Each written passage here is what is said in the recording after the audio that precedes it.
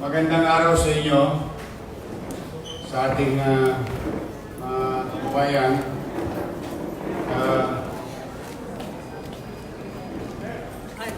Muli maraming salamat sa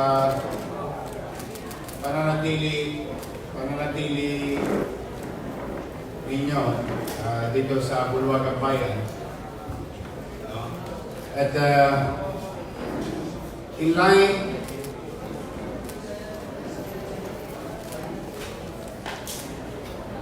with our campaign or our direction, goals, dreams, and aspiration to keep Manila in order, in peace, and hopefully in progress, and in line with also cleansing at the same time our employees with regard to those individuals who are still enterprising. Nakita nyo naman, nagtanggal tayo ng MTPB. Nagtanggal tayo ng MTPB dahil sa abusive yung MTPB na nireport ng netizen. At the same time, a week after, nagbangpuri naman ang MTPB dahil tatlo sa MTPB natin declined the offer of bribe. And kung tinanggal natin yung bulok na kamatis, nilagay ko naman sa refrigerator yung tatlong kamatis para manatiling sariwa. Tatawa ka. Kamatis. It's a metaphor. No? Wherein, pag gumawa ka ng mabuti sa bagong gobyerno ng Maynila, ikaw ay naman bibiyayain at kikilalanin. At kapag ang tao naman, ang taong pamahalaan o kawani ng City Hall ang inabuso ng mga individual na maraming kaibigan, mga abusers, maraming kilalang superpower, ginagamit nila, kurang ng kasalanan yung mga kaibigan nila, ginagamit ang kanilang pangalan, hindi po natin yon pinapayagan sa lungsod ng Manila. Now, there was an incident the other day that one of our MTPB parking collector. Kung saan, kumamulagda lang siya, trabaho lang. Yad pa ng parking, tapos magre-remit na sa syudad. Basic lang yung trabaho ng mama. In fact, magkano ng password doon noon, di ba? The guy, poor guy, is trying to make a living. And this person and his friends can afford to buy a car, cannot afford to buy a 30 pesos or 20 pesos parking fee. It doesn't make sense. If they can afford to buy such luxury, which we consider car, unlike in any other countries, it's necessity, but in our case, it's still considered luxury. If they can afford to live in luxury, why not pay a regular fee? A fee that will go to the city coffers. Oh, may nangyari, sinisingil yung kaibigan toys na SIM. Ayaw pumayag, tumawag ng responde. Gawin mo parking fee lang ito Edlib lang ang pinag-uusapan dito. 30 lang, ta-orange lang. Pinakamalaki na rin siguro nito, Tasipwet. Pinakamalaki na siguro sa problema ito. Tingnan nyo, how simple things,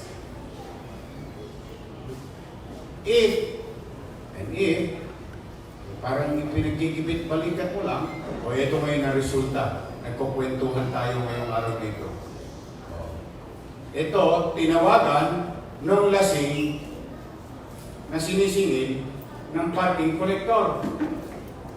Dumating, lasing din. At ang ginawa nito, Filipino ka ba? Ha?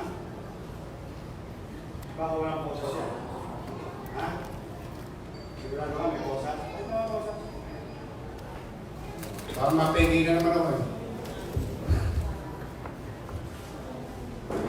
Ang ginawa nito, dahil kasi nanghiram ng tapang sa alak at maraming kaibigang Avengers, pinitsaraan, inuntog ang ulo,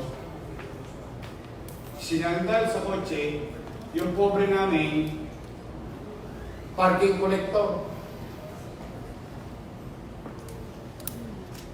Nung dumating naman yung dalawang MTPB, doon pa lalo tumapang. Nanghiram ng tapang kay San Miguel. Bumunot pa ng baril. At idol yata nito, yung ninong ko, si PJ. Bumunot ng Magnum 357 at 30 pesos difference. They can afford to buy a car, they can afford to buy and own an expensive gun, but they cannot afford to pay 30 pesos. Now, here we are. Dumating ang responde ng pulis. Ayun, tumakbo, nagtatakbo, nahuli ngayon. So, ang punto natin mga kababayan, totoo, may pagkukulang ang ilang bahaging miyembro at kasapi, kawani ng pamahalaan. Totoo, it cannot be denied. In fact, we're doing something about it. But at the same time, baka naman, may pagkukulang din o pang-abuso din sa iba nating mga kababayan. Lalo na kapag sila'y may kumale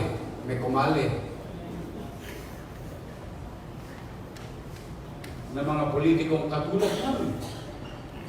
Ang kawawang politiko, kawawang general, kawawang Estrella, gasgas ang pangalan niya sa kalsada, dala ng mga ganitong ugali ng tao. Tingnan ninyo, uulitin ko ang summary. Ba't siya makukulong? Dahil sa 30 pesos. To cut the long story short. Okay. Let me hear, sino ba yung inuntog na?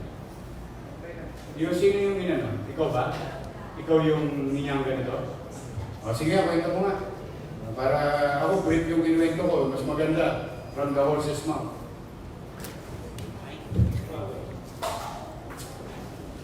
Ito, ayan ka sawa kayo, pwede.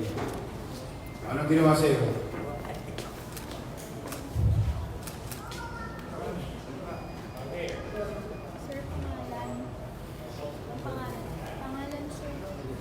Pangalan mo, pakita mo.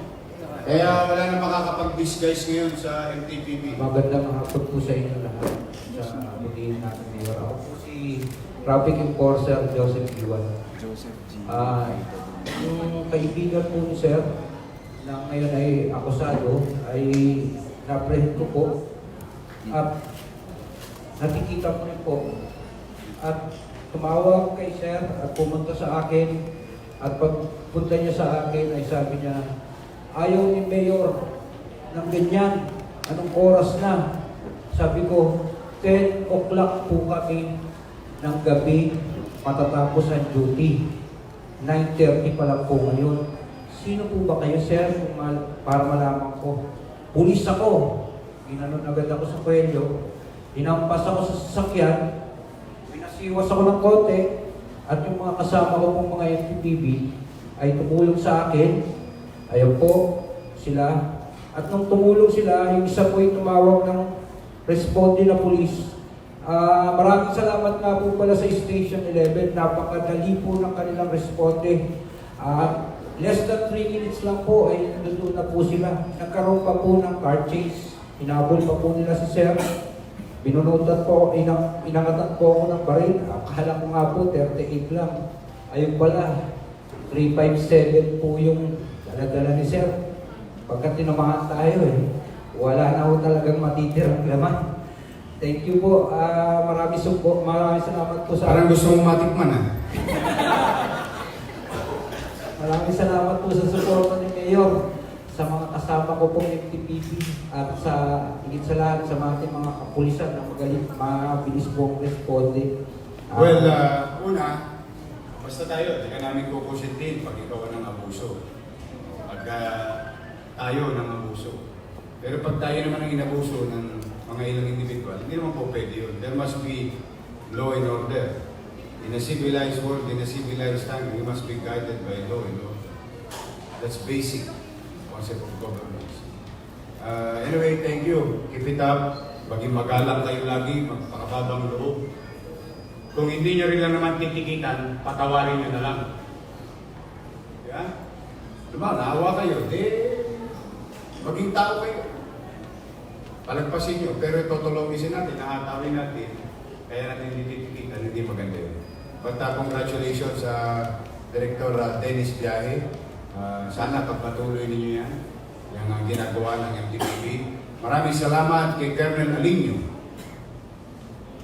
ng Station 11. Maraming salamat kay General Danao dahil mukhang inaaraw-araw na sila ni General Danao na i-guide itong ating mga officers, or uniform personnel and officers of the Manila Police District. Kanina, nakalawat natin, sunggalan. Diba? Saan ka nakakita? Fruit game. Walang pinagkaiba sa laro ng video karera sa eskinita, sa ilalim ng silong. Ito mas maganda. Nasa mall, air condition pa. So, muli, maraming salamat sa inyo. Keep it up, Yorme. With our response time, napakaganda, napaka-effective. Sa mga kasama mo sa 11, maraming salamat sa inyo. I hope you continue to maintain its cleanliness, order. All streets along Recto, Juan Luna, Soler, Juan Luna Binondo, hindi yung Juan Luna Tondo, kasi yung Tondos na yun. Yung Felix, yung sa inyo, sa lugar nyo, sa 168, and everything there. Let's give back the roads, the streets, to the people of Manila, not to any organizer. Yun ang normal. Ang kalye para sa taong bayan, pangkalaban. So muli, palpak. Ang pala sa palpak, meron kayo. Sige. I hope you learn your lesson. Durin ninyo, 30 pesos lang. Sir, baka may statement siya. Sige, kung gusto niyo mag-statement. But you are not required to say anything without your lawyers around, ha? Hindi ako lawyer, pero ikaw bahala. Kung gusto mo may sasabihin ka daw ba? Hindi na raw. Salamat sa pagtagod mo ako. Thank you. Next time, huwag nyo dito, bili mo. 8 nib lang. Posang lang. Tongpa. Di ba? 8 nib, posang. Posang. 50. Manawa ka. Pero alright. Di ba? Tingnan ninyo yung epekto ng... But that's water under the bridge. Daming kaso. Direct assault. Usurpation of authority. Other life threats. Diyos ko. Yayaman ang abogado mo.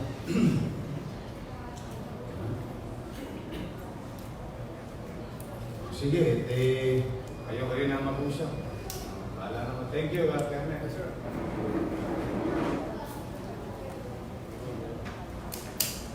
Joseph GUI. Oh.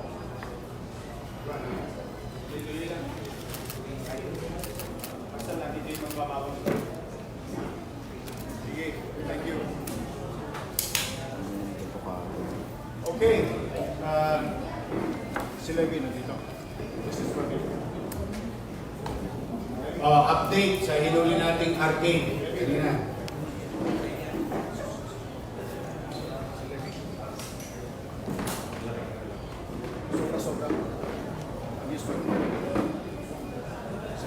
Okay, yung kaninang nirate natin based on search warrant granted by the court, yung sugalan sa Isetann Recto. I would like to hear from Director of Business Permit, Director Levi Agundo.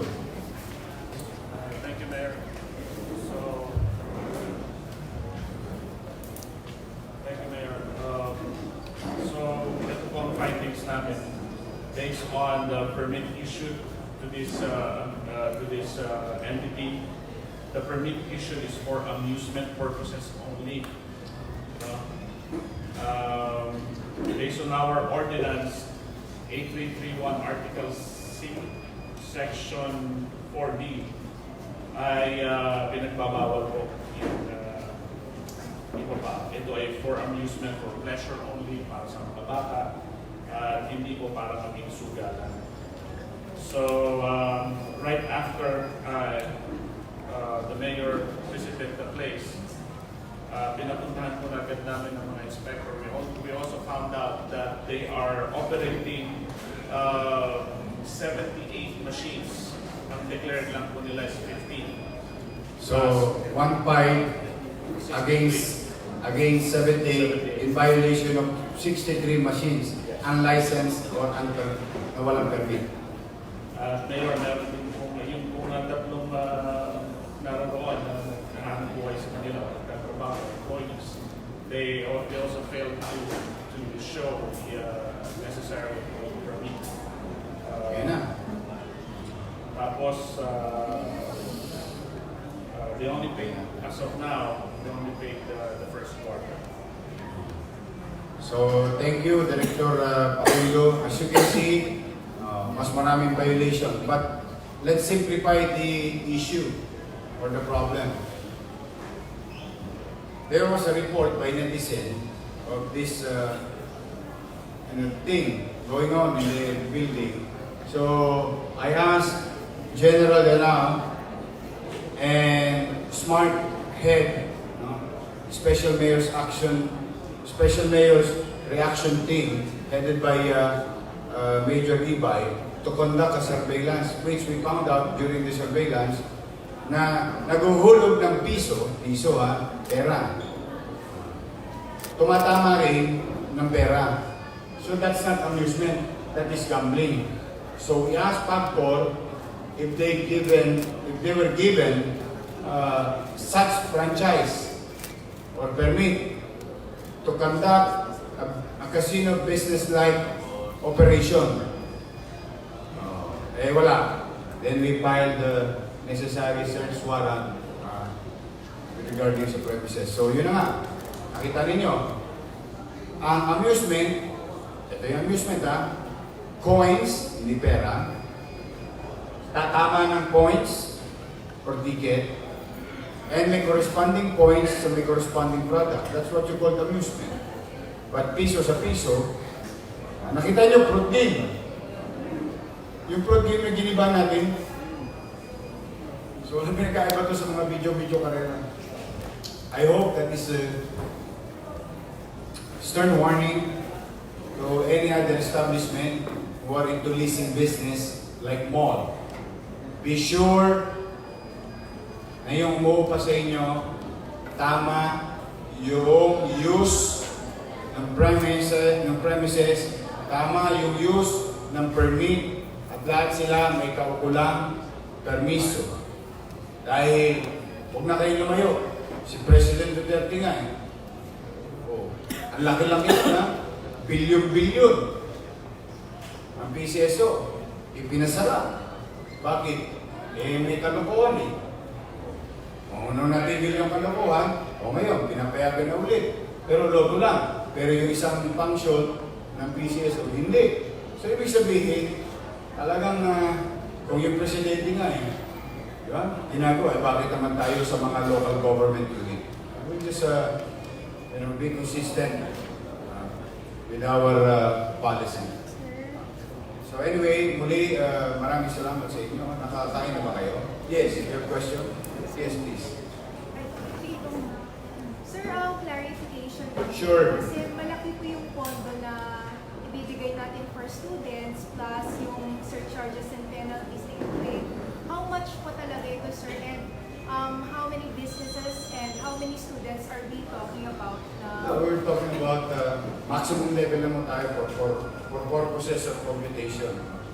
Pag talaga ba 5,000 ng PLN, 5,000 UDM, 10,000, more or less, pag talaga 10,000, that's 1,000, that's 10 million, 120 million a year.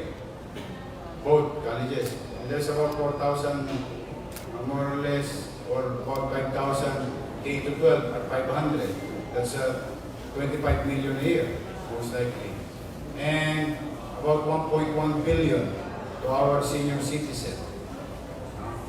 So, if we have, at least, if we have, based on last year, about 14 billion, and under existing law, 45% of it will go to personal services. And pagpalagay mo na, we have about 50%, there's about 7 billion. Under 7 billion, there is a required community development fund. With regard to infrastructure project, about 20%. 20% of,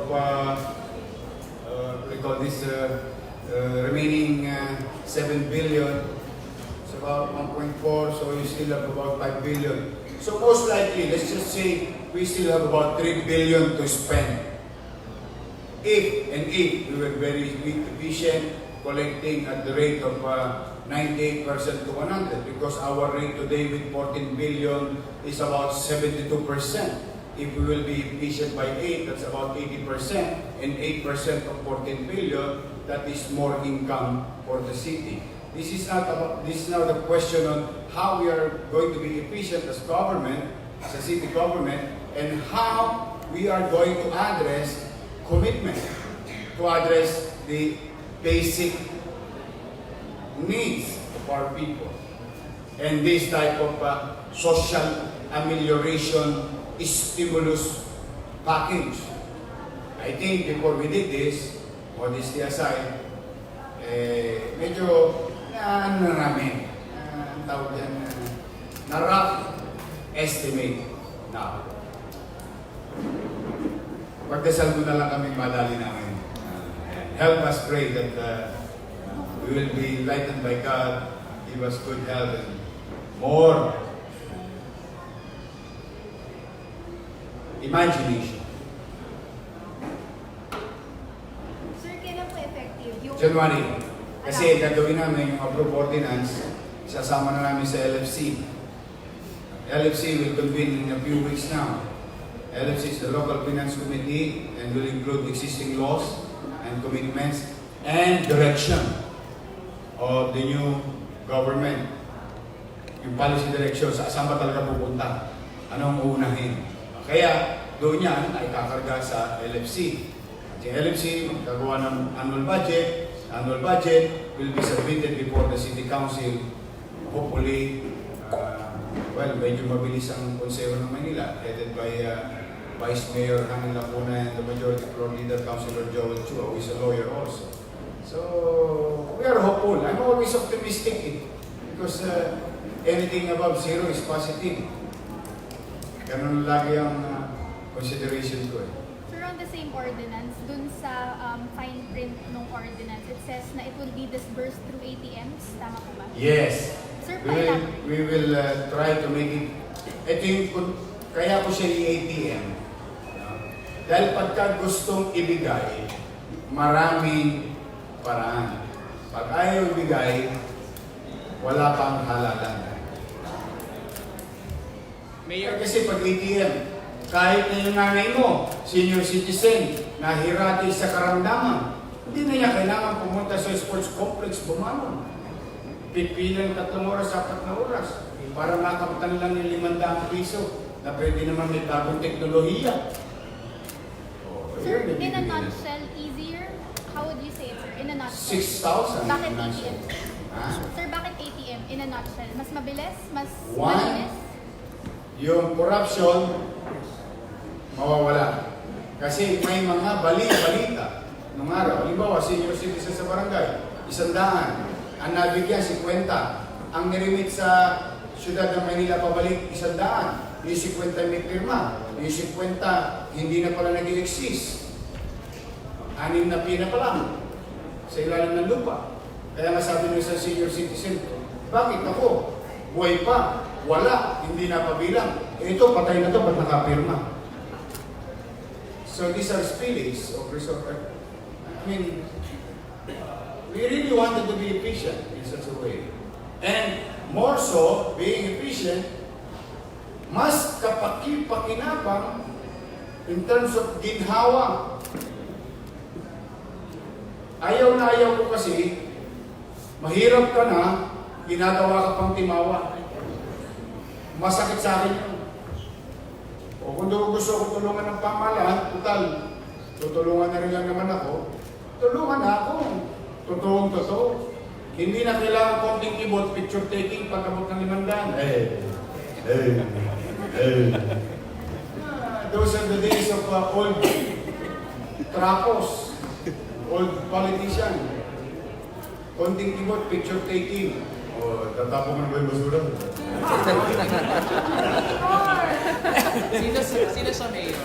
Ay, hindi ko lang. Basta I'm just saying, in a general, ano mga integero ngayon? Example, sinasample ko nga.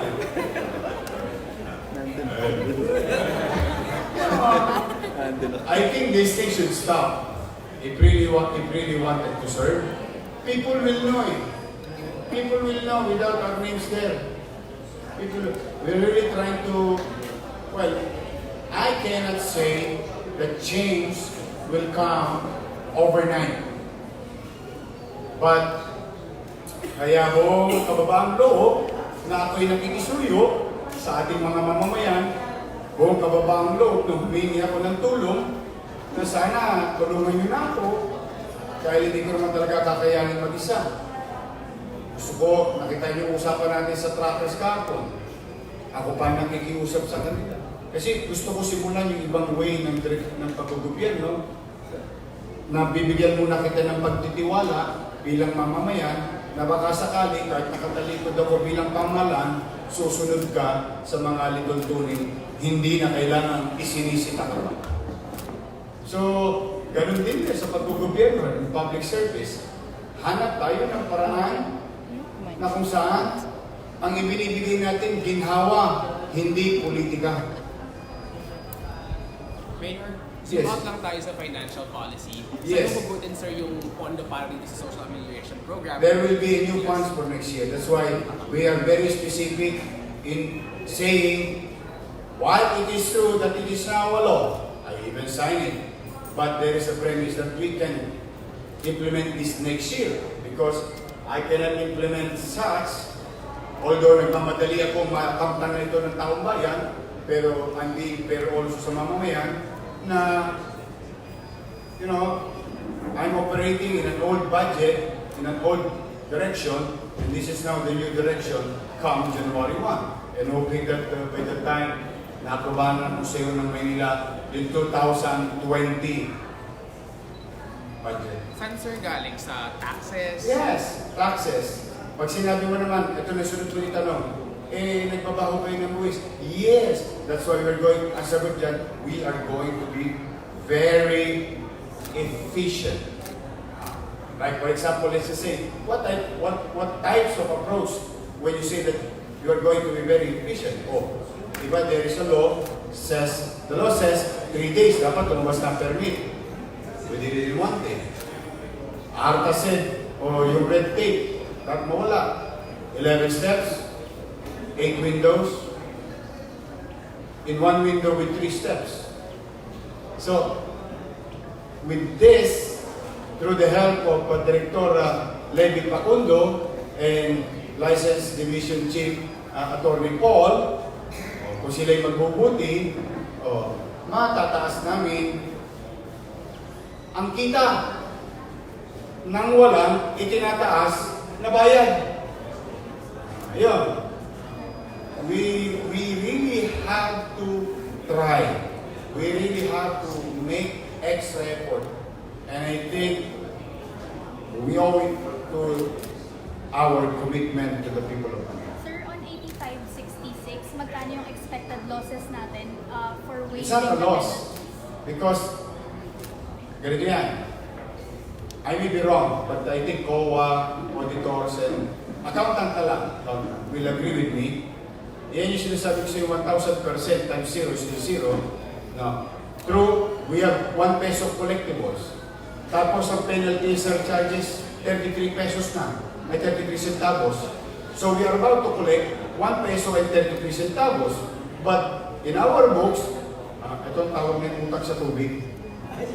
Yung lista mo sa tubig, in our books, yayamanin ang Maynila sa libro. Eh wala nagbabayad.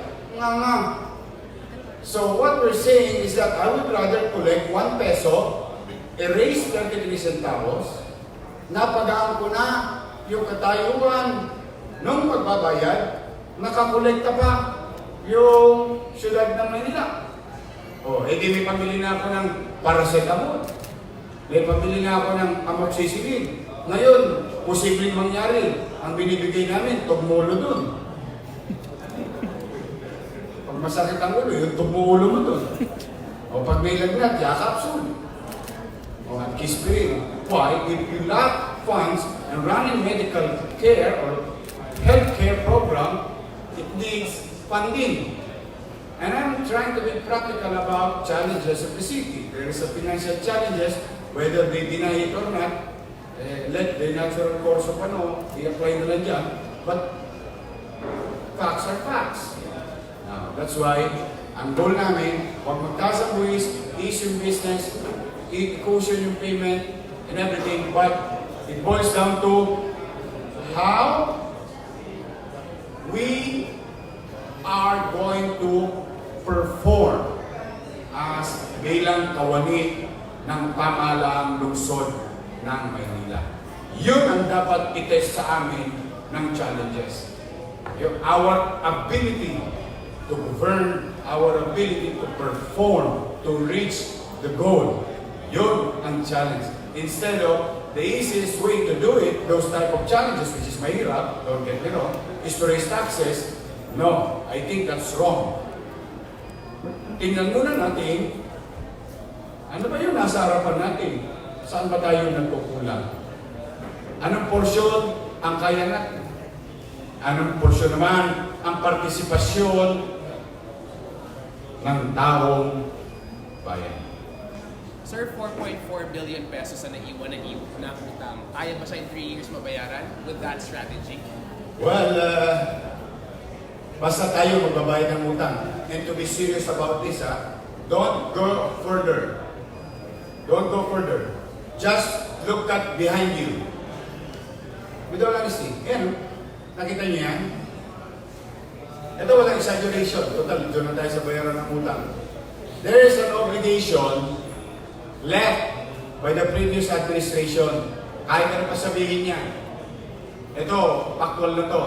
Ang sabi ng GSIS, oy, Mayor, hindi mo pinayad, niremit sa GSIS yung kinuha mong share or payment made by your employees. Pero mo, ikaw yung employer, kinuha mo yung share ng GSIS, i-remit mo na lang, hindi pa niremit. Ano sabi ng GSIS? There is about 214 million obligation left by the previous administration. Now, why am I redirecting your attention behind you? Simple lang. Ayan po, nakiusap ako sa GSIS, magbabayad kami. Pero, pwede ba makisuyo? Pwede ba pagbandahin natin yung data nyo at data ng syudad? Pag nakalagpa, babayaran ko. Eh bakit ako interest magbayad sa GSIS? Dahil ba gusto ko yumaman ng GSIS? Hindi! Dahil ba gusto ko sumipsip sa national government? Hindi! Eh bakit ko gusto bayaran? Dahil ang epekto nito ng hindi pag-remit ng bayad ng kawani ng pamahalaan sa GSIS ay ang kanyang retirement. Ang kanyang mga benepisyo bilang miyembro ng GSIS kahalintulad ng pagiging miyembro sa pribado, empleyado o employer sa SSS. So, mas mahalaga sa akin ang kapakanan nitong mga tao nito. Abay, bakit? Pera nila yan eh. Abay, bakit?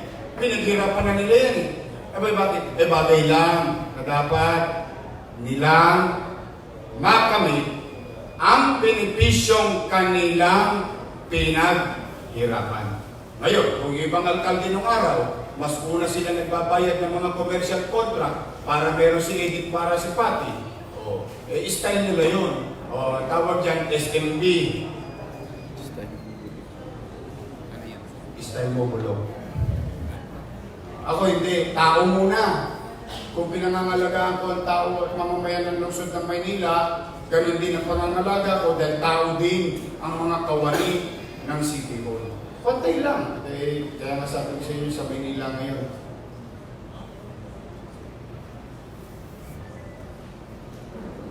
Pantay. Kaya, yawa ang Diyos. Ngayon, habulin ko ba ng habulin ng nakaraan? Bibigat ang likod ko. Ang daming tinatawag na excess baggage. Then I would rather focus on and let the natural course of rules, regulation apply to them. Ako'y nagdududa naman ako. Baka may makulong ulit.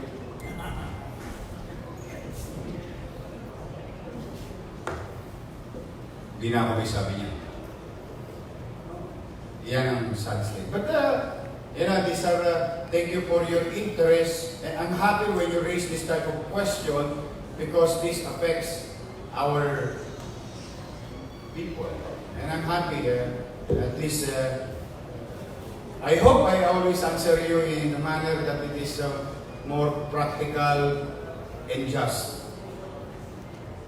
And because I can never be right all the time. No, I can't. Only God, only Jesus is always right.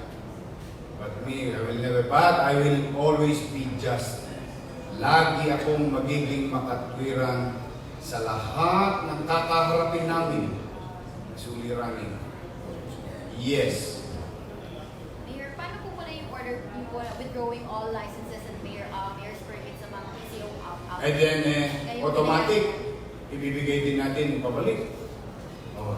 Galing mo yan para ka narinig ni Chief of Staff. Ito na sagot. Lifting the suspension of law to operation only.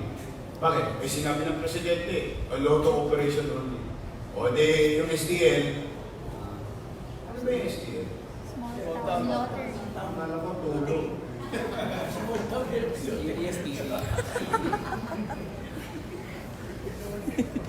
Tulo, sa bubong. Malisyos.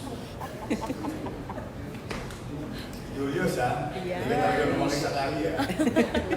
Si Boy, talungin natin si Boy.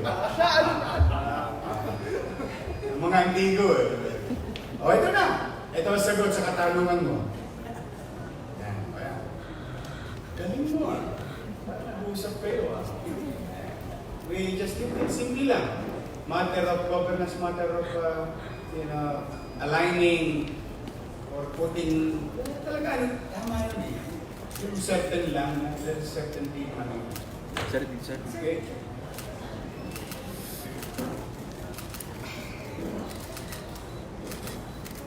Yung picture, edited lang. Kumain ba kayo? Bigay mo sa kanila. Hindi, mas maiging bigay sila ng kopya. Yes.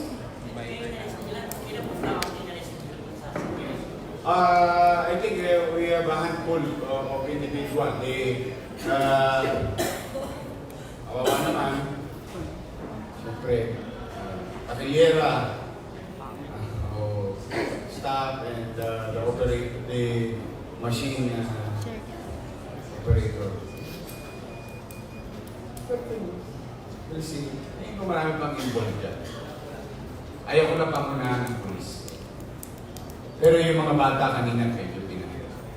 Mga minor dealer. Okay, anymore? Ang galing ha? Galing, timing ha? I'm about to do it later on. Okay, so anymore? So, I'll see you again.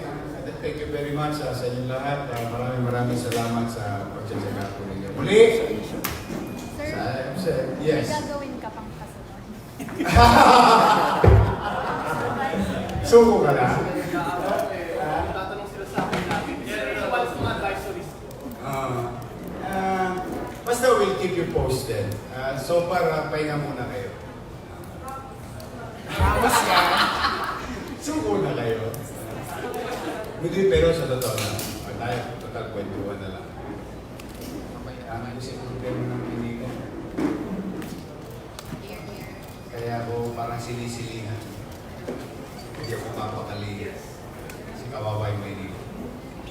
Pero anyway, we'll try to work in harmony with you as much as possible. But thank you for being here and informing the public of what's going on in the city of Yorme.